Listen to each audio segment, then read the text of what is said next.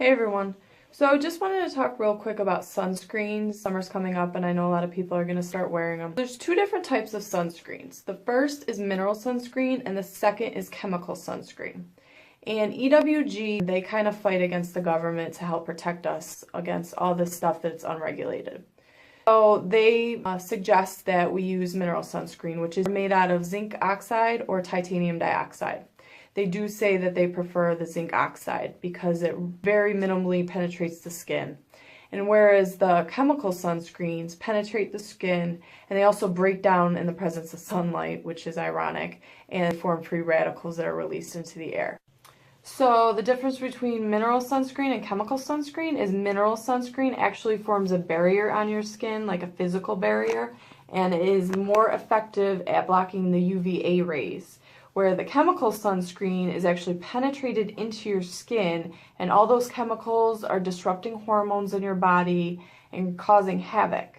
We would definitely recommend the mineral sunscreen. Major chemical to look for in your sunscreen is Oxybenzone. And that actually, they say make sure that it's not in the sunscreen you're putting on your children because it majorly disrupts hormones. So it can mess with your thyroid and other functions of your body.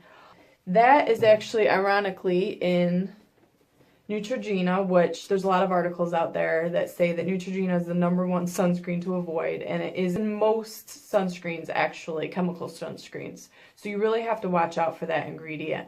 I would say if that's one ingredient I could pick to make sure that's not in your sunscreen, a chemical sunscreen, to get it out of there.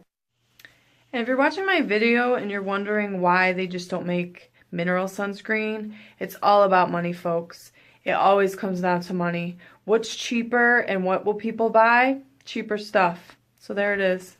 Other ingredient to avoid is the retinol palmitate, and that actually speeds up skin cancer. It helps tumors form by up to 21% faster.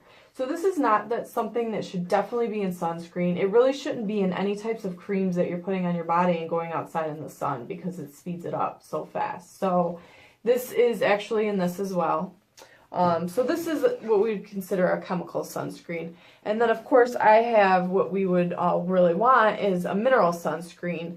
And this has non-nano uncoated zinc oxide. That's the active ingredient in this one. There's a lot of research out there that nanoparticles that are found in mineral sunscreens can actually penetrate the skin and get inside.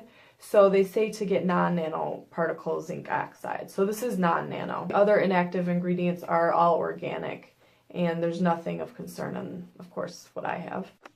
75% of sunscreens tested were found to have toxic chemicals in them.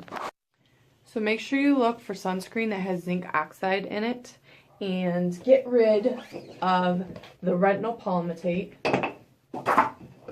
And make sure you definitely get rid of the oxybenzone. Can you get it? Are you getting it?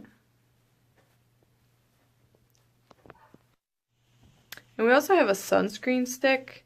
So I don't have any kids, but I feel like if I had a kid that it would be easier for me to just start rubbing this on them than the lotion, but that's just me and I don't have any kids. So I forgot to mention the spray sunscreens, not a good idea. You're spraying them and then you're inhaling all those chemicals.